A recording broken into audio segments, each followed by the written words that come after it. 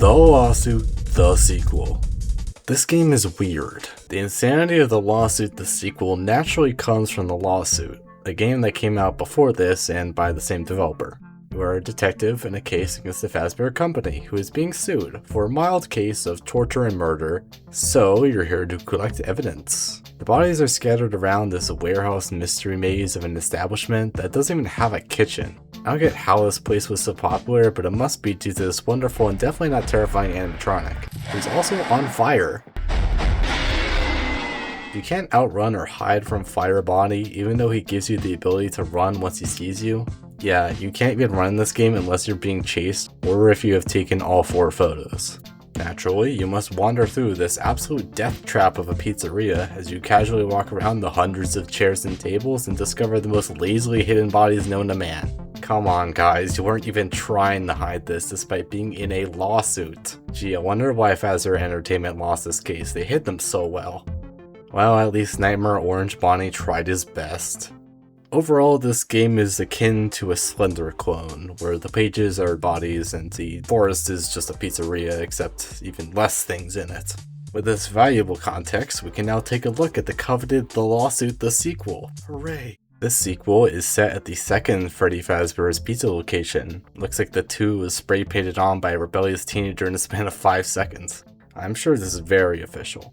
We get greeted by what looks like another crime scene where chairs are the victims. It actually turns out that some people died here, a mere dozen hundred of them. That's a whopping 1,200 people.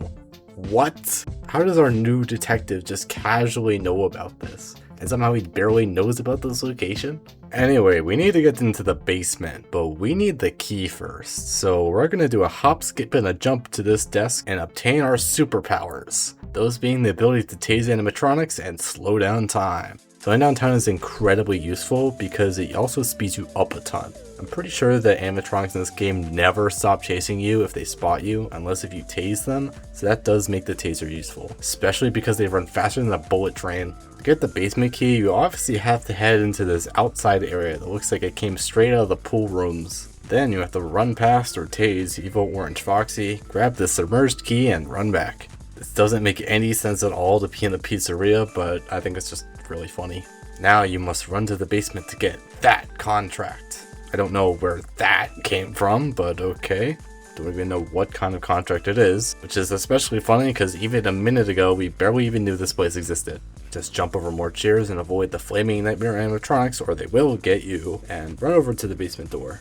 The basement is genuinely miles long. It's a highway filled of flaming foxies who have infinite vision and speed up over time. It seems like there's more than 2 animatronics. Yeah, thank you Sherlock Holmes, there's like 50 of them down here. Even though you have speed comparable to Sonic the Hedgehog, you can't outrun these friendly fellows for that long. I just gotta comment on this location. Why would this be popular in the slightest to the point where over 1,000 people going missing here wouldn't even deter people? The outside is less decorated than an abandoned warehouse, but again, it's funny, so I'll let it slide, I guess. It looks like a straight path, but there's a bunch of walls you'll slam into and you have to navigate these tight corridors. And if any of them spotted you beforehand, they'll still be chasing you. Just enter this tiny door and it's time for the back rooms. This is where we get the fabled contract of mystery and wisdom. Here in this magical maze, and by magical I mean it sucks. Thankfully we get to witness a beautiful sight. Say hello to Springtrap. Why is he here? How long did he wait here? Who cares? Probably years. Let's get that contract. Oh no, it's an empty paper.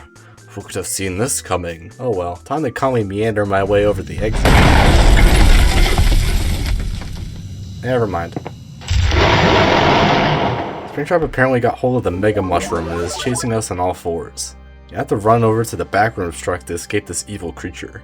Make sure not to get lost, and trust me, you will just get lost a lot.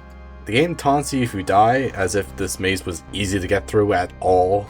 It even has dead ends and tight hallways and confusing corners. If you die, you thankfully can just walk over to the truck without him chasing you at all. I don't understand how this entire establishment is possibly functioning as a business. Not only do you have a giant maze to get to what's seemingly like the offloading truck to get supplies, right below a gigantic basement the size of a baseball stadium with absolutely nothing in it for some reason, except a bunch of loosey-goosey animatronics. Below a pizzeria that doesn't even have a working kitchen. I am a fucking architect! Anyway, we gotta get out of here.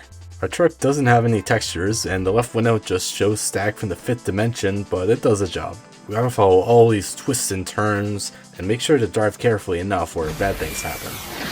Thankfully, Springtrap is long gone. Just kidding. He's somehow bigger and faster, but not as fast as a dollar store delivery truck. Just drive for another 3 minutes and you win! The lawsuit will continue, but this story is a mystery for now. I just had to talk about this stupid little game. It tries to do a lot of silly things and experiment a lot, and I can really appreciate that.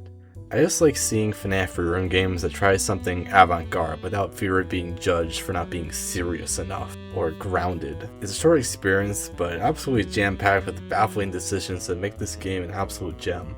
Like, name another FNAF fan game where this stuff happens. It's not like any other FNAF fan game out there. Well, aside from maybe Chica's Party World and the other amazing games that guys made, but that's a video for another day. God, I hope this developer keeps making these games. Anyway, the game's in the description. Give this game some love. Play my Bigfoot FNAF Fangame that came out a month ago, and I'll see you all next time.